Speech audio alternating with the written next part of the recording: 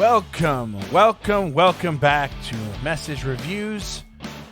Thanks for being here today. Appreciate it. This is episode, I believe, number 3 of the Message Reviews podcast. Again, I'm your host, Message. Appreciate you being here. I know the background looks a little different. I'm still kind of trying to figure out what I want to do with it. I'm not exactly sure. But I'm moving things around here and there. A little bit of a cleaner background. As you see right there, that is Jupiter's Legacy Volume 1, which is what we're going to be talking about today. I did a bunch of reviews on TikTok, on Friday, the day it came out. And I got to say, just right off the bat, I definitely enjoyed it. I didn't know much about the series. And quite a few people apparently didn't. I talked to a lot of people just in person, online, people in the comments. They never heard of Jupiter's Legacy before, and it just popped up like on their Netflix. I had a couple people thanking me for reviewing it, so cool, appreciate it. One of the first reviews I did on actually currently is my number 1 viewed video on TikTok, so that's pretty cool. But hey, let's jump right into it. Today's topic, obviously, like I mentioned before, is my review and rating on Jupiter's Legacy Volume 1. We are going to be reviewing the Netflix show on this podcast. I am, reading the series. I'm currently reading them. I got halfway through the first book today. Hopefully finish it up tonight. And I'll probably go ahead and get volume 2, 3, and 4 and try to see what the comparisons are between the show and the comic. And I can tell you right off the bat, so far it's a lot different. Now, I don't know if we're going to see some of that stuff later if Netflix decides to pick it up for another season. I don't think so, just based on what I've seen so far in the comic versus what I've seen on the show. But let's jump right into it. So if you don't know what Jupiter's Legacy is, or you haven't got a chance to watch it yet and you've been watching my TikToks and watching the reviews, Jupiter's Legacy is a comic book that was released in 2013, originally called, I believe it was called Jupiter's Circle. A lot of the comic names got kind of changed up after Netflix bought the production rights for the Mark Millar comics. So if you don't know who Mark Millar is, Mark Millar wrote Kick-Ass, he wrote The Kingsman, he wrote Old Man Logan, he wrote Civil War, and of course he wrote Jupiter's Legacy. He wrote a lot of other things as well. And I'm going to have to definitely check out some more of his work. So far, that I've read it, I actually definitely enjoy the comic. Very easy to get through. I don't read comics a lot. It's been years, so it was really nice to just kind of get back to it. And so far, so good. I think, like I said, I still got to finish this one up, but I think I'm definitely going to enjoy it. So let me kind of give you a breakdown. I'll give you coming to the plot and what to expect. I'll try my best not to have any spoilers, of course, because if you haven't got a chance to watch it, I want you to get a chance to watch it, and we'll go from there. So before we get started, I just want to let you know that I am changing the format of the podcast. If you've seen the first 2 episodes, they're about an hour and 15 minutes long. I just feel like that's a little much, and we had more than one topic. So what I would like to do is break it down into multiple topics throughout the week. Try to keep it in between that 20 to 30 minute mark. If we get a little bit more, it is what it is. But I feel like a smaller, a shorter time for the podcast is more digestible, and I would rather just pump out a few topics a week, and then go from there. I just feel like an hour and a half, an hour, it's a lot of time that you're giving somebody, especially this being so new and me being so new at doing this. It's a lot of time you're dedicating to me. And don't get me wrong, I greatly appreciate everyone who has watched the first and second episode. But, if I can give you 2 to 3 podcasts a week at the 30-minute mark, 20, 30-minute mark, I think that'd be more enjoyable. But we'll see. We'll test it out and go from there. And if you like it, we'll keep going. If If you rather have the one podcast, we'll do the one podcast. I think this is going to be easier for me to do, so we will give it a shot. So, again, Jupiter's Legacy. It is I got my notes right here. Everything's going, so just kind of bear with me, right? So, Jupiter's Legacy is it is a comic book series that just got released by Netflix. Some of the main characters we've got Josh Duhamel. He plays Sheldon Sampson, otherwise known as the Utopian. We got Ben Daniels. That is Josh Duhamel's brother, right? Or Sheldon Sampson's brother, Walter Sampson. He's the older brother, also known as Brainwave. Leslie Bibb, who is the wife of Sheldon Sampson. Grace Kennedy Sampson, otherwise known as Lady Liberty. Andrew Horton, who plays their son, Brandon Sampson, also known as the Paragon. Then you've got Elena Camporis, Chloe Sampson. Obviously, you don't see a superhero name right there. There's a reason, and I will kind of go over that as best I can without too many spoilers. And then you've got Matt Lantner, or however you pronounce his name, as George Hutchinson, also known as Sky Fox. He is Sheldon's best friend in the series. So, like I said, this if we're comparing, right, which I'm going to try not to compare that much, but the comic and the show, at least in the first volume, are definitely completely different based on what I'm reading. In the show, we're going to try to focus on the show. We'll focus on the comics in another episode. But in the show, you get a very big variety of timeline, a very wide range in the timeline that's gone over. So you are constantly going back and forth between present day and the 1930s. Why the 1930s? The 1930s is when Sampson, Sheldon and Ben and all of them, they were younger, right? When they got their powers, right? So you see them go back and forth to present day with their kids and past time. So the first episode right off the bat does a great job trying to explain as much as it possibly can without kind of giving up everything. This entire series is a very big... It's allowing you to get to know these characters. It's allowing you to get their backstory for quite a few of the characters, if not almost all the characters, at least all out of the main ones. There are a few more I didn't mention that you'll see in the show. But like I said, right off the bat, it's going back and forth between present day and the past. This is not one of those stories, say, for example, like a Spider-Man movie where it's the origin story right off the bat in that 2 hours. He gets bitten by a spider, becomes Spider-Man, so on and so forth, right? It's not like, Wolverine story where, he volunteers to get, the Animanium put in him, blah, blah, blah. It's not like one of those. Like, this is drawn out over 8 episodes for you to understand how they receive their powers. And even then, they don't really tell you how anybody else gets their powers, just these specific 6. And that's something, there's 6 of them that end up getting powers. I don't know if that's really a spoiler, to be honest. I'm pretty sure they show that in the previews. But anyways, like I said, over the course of 8 episodes, you will see present day, you'll see past day, you'll see, events that took them to the place that they are. You see how that they struggle from one time period to another time period.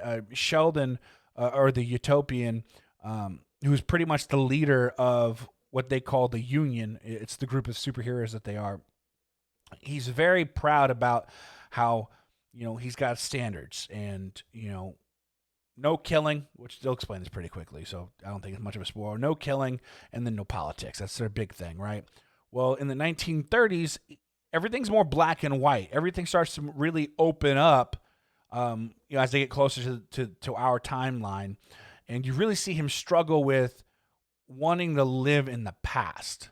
Wanting, in his mind, the good old days where everybody was had more of a moral conscience in his opinion, and he just really struggles. And you see him and his wife have those arguments just about all types of things, like how they raise their kids, and the world's changing, and he doesn't want to accept that, and they're trying to teach other people how to be superheroes because their time is going to come at some point, and they're trying to leave this world in a better place like they had their entire lives, and he's just struggling with that.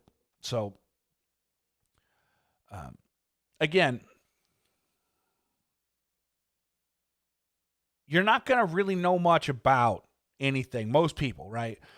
There's a little bit out there that you could find and look up, but this is something that you're going to end up most likely going into blind, like I did. Like, knew nothing about Jupiter's Legacy. I saw the preview on YouTube, started doing some research, started realizing who wrote it. I'm like, well, I got to check this out. You got to check it out. I had multiple comments. People asking me, like, how do you compare this movie to or this show as to the DC or Marvel? I did read a comment. I can't remember who it was from off the top of my head. I apologize. But they said that they considered it to be like the darkness of the DC universe, but shot like the Marvel universe, if that makes any sense. To me personally, I really couldn't compare the two. Compare it to that. I would more compare it probably to the Umbrella Academy, like the way they shot the film. That's kind of more or less how I see it. Like, there's not a lot of action in this show. It really is trying to build the story for the characters, so you can better understand what all is going on. So, like, for example, the series is 4 volumes. So let's just say, for example, they get all 4 seasons, right? Going from not knowing anything about this comic or this show to learning everything you're going to learn in the first season, I think they did a great job, right? I think every episode continued to build onto the storyline. You continue to learn more about each character, just the way they act, the moral standards, just everything about it, I think. Like I said, it grows, right? First episode, got some great action right off the bat. But that second, third episode, they're really trying to still build the story, go back in time a little bit, show you what's going on. You really follow Sheldon a lot in this, because he is really the main reason why they go and they get their powers. If you've seen the preview, it shows him with his future wife and his brother and a few more people going to this island. And he's being called to this island, and the island is where they get their powers. And there is a struggle on this island while they're making their trek through all types of terrain to better understand themselves. And then there's a beautiful scene, which again I'm trying not to spoil it, when they do get their powers. You just got to see it. You just got to see it. But overall, I definitely enjoyed the show. There's a lot of symbolism. You see a lot. I mean, the everyday struggle that the American person goes through, American family goes through, right? You struggle, to raise your kids. Your kids kind of get a little rebellious. Them being superheroes, everybody knows who they are, right? Very popular. Can these kids live under the shadow of their parents? And like I showed earlier, and I'll show a picture again of Chloe Sampson. You do not see a superhero name anywhere under Chloe. Chloe wants nothing to do with it. And, she doesn't want to live up to the family name. But there's, that happens every day in life, I think. So what you're going to see, what you're going to get from this is a good storyline, a lot of backstory. I had to watch a couple episodes or pause it and go back a little bit just to make sure I was picking everything up. You're going to see some cool action when it does pick up, and the scenes they have, some of the scenes that they have when it comes to the fighting and the powers are phenomenal. I'll kind of run through a couple of them real quick for you, just so you have an idea. They go through them pretty quick. So if you don't want to watch this part or know anything, I'd stop here and maybe skip a few more minutes down to watch the ratings I give it. But if you want to know real quickly, kind of like an idea of what these people can do, we'll start with Josh Duhamel's character, Sheldon Sampson, the Utopian. He's pretty much like Superman's the best way I can explain it. He can fly. He's super strong. He can shoot lasers out of his eyes. He's the man, right? This guy's the man.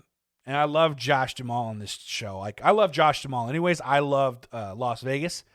You know, you see him in the Transformers movies. He's just a badass, in my opinion. And you really see him struggle to be a father in this show.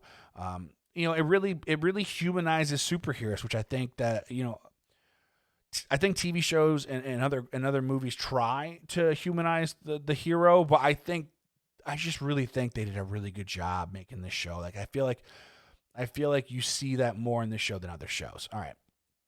Ben Daniels, Walter Sampson, otherwise known as Brainwave. Obviously, like I mentioned earlier, this is Josh Duhamel or Sheldon Sampson's older brother. Brainwave because his name is Brainwave because he has a psychic intellect, and he can do some crazy, crazy things. Think Dr. X, but more kind of dark. Yeah, think of a darker Dr. X. Let's go with that. Dr. Xavier, darker Dr. Xavier. Some of the things this guy can do is insane. Creepy as hell, too. Leslie Bibb, Grace Kennedy Sampson, Lady Liberty. Like I said, this is the wife of the Utopian. She's got a lot of the same characteristics as her husband. Not all of them. You know, they pretty much all can fly. She's super strong. I didn't see anything that stood out between those two abilities. But you really get to see the relationship between him and his wife. Between Grace and Sheldon, you know, the everyday struggle that every husband and wife typically has to deal with, even though they're superheroes. You know, you're still human at this point. Like, even though they're superheroes, they are definitely human in this show. Andrew Horton, the son of Sheldon and Grace, you know, he's trying his best to live up to his father's name. And when you've got a father who is the man, right, it's going to be hard to do. And you see him struggle with that and try to make the right decisions all the time, feeling like if you make this decision, you still screw up. If you make this decision, you still screw up. You know, really trying to not be in the shadow of his father and mother. But, you know, it's going to happen like that when you're dealing with a situation like that. This character gets humanized very quickly, and you could just definitely see the struggle that he goes through. It's a great story. And then, of course, like I mentioned earlier, Chloe Sampson, Elaine Camporce, does a great job playing this character. She's very sassy, very out there, very like in your face, will tell you how it is all the time, no matter what. You can kind of tell in this picture she's a model and still has all the strengths of her father and her mother, still super strong, can take a punch like it's nothing. Crazy badass chick, but that wants nothing to do with being a superhero. You know, nothing. Doesn't want anything to do with that. And you really see, and it's really talked about a lot, you know, when it comes, like, say, the American family, even when, like, say, the father is out there doing his job, trying to protect the world. Like, one of the common themes you see in here is, like, the kids felt like they didn't get from their parents what they should have gotten as a family, especially from their father. And then, again, Matt Lantner, whatever his name is, George Hutchinson, other known as Sky Fox. He is Sheldon's best friend. Really is the reason behind, in my opinion, getting their powers. He pushes and helps Sheldon achieve what needs to be achieved. This guy is one of those. He's just a cocky SOB. He's that guy that, you know, he pretty much can do whatever he wants. He's rich as heck. You know, everything was handed down to him. He definitely doesn't mind. And he just kind of does whatever he wants. You know, you'll like this guy, but you'll hate this guy, I think you'll like this guy, but you will hate this guy. Yeah. And then there are a few more other characters that you will meet throughout the show. I don't want to give too much away if you haven't had a chance to watch the show. But like I said, I overall thought it was great. I thought it was shot very well. I thought it was shot different than most comic book series, comic book movies, which I appreciate. I don't want to see the same thing all the time. Unfortunately, a lot of these movies, you kind of know the direction they're going to go when you watch a TV show, comic series, or even a TV show movie. You get from point A, there's a struggle, and then, the ending's all happy-go-lucky. I really feel like the way they shot this was almost more like a drama than an action comic series. But I really appreciated the symbolism. I really appreciated, just you seeing everyday struggles in this comic book series. And it really kind of standing out. And not just one person, every single character is going through something and having to deal with something. And I greatly appreciate it. So I'm going to go ahead and overall rate it like a 7.5. Let's go with the 7.5. I would definitely watch it again. In fact, I will watch it again. If they pick up season 2, volume 2, I'm definitely looking forward to watching it. If they would have released it, like I said earlier in one of my TikToks, if they would have released more than one season or more than the 8 episodes, it would have been a long night for me yesterday. I'd have been watching all of it. The minute I finally really sat down to watch it, I couldn't stop. I watched the whole thing straight pretty much. And we'll give it a 7.5. Now, I saw some comments in some of my TikToks where people just straight up didn't like it. One of the guys thought it was horrible. I would assume he's got more of an understanding of the comics than I do. I think if you don't have an understanding of any of the comics and you don't really have an expectation for the show, I think you're going to fall in love with it more than if you really, really like the comics and you're expecting something. I think that you're not going to like it as much personally. I got that just from reading the first half of the volume 1, because, like I said, based on what I'm reading currently, I don't see how they came up with this at all. But again, I still have to read the rest of the volume 1. I need to read 2, 3, and 4. So what we'll do is we'll end here. I will read the other comics, hopefully over the next few days, or as many as I possibly can get through. I'll finish 1 tonight. I can go pick up 2 and 3 tomorrow at the store, and I'll have to order 4. I believe I'll have to order 4 and get that shit. The thing can get it shipped to me as early as Tuesday. And as long as I can get it Tuesday, I'll read it, and I'll shoot a podcast that night. I'll post another video on Wednesday, and we'll see the comparisons. Maybe something in season volume 2, volume 3, volume 4 of the comics makes more sense when it comes to volume 1 of the show. But so far, I couldn't tell you. Not even in the slightest. But again, thank you for being here. I greatly appreciate it. Please drop a like and a follow, both here and on TikTok. If you're not following me on TikTok, I greatly appreciate it. Thank you so much for watching. And like I said, we're going to change the format up a little bit. We're going to do 3 days a week: Monday, Wednesday, Friday. Podcast can be about anything. So far, we've done movies. We've done comics now. We've done video games. We review all types of things here with the Message Reviews podcast. Thank you for stopping by.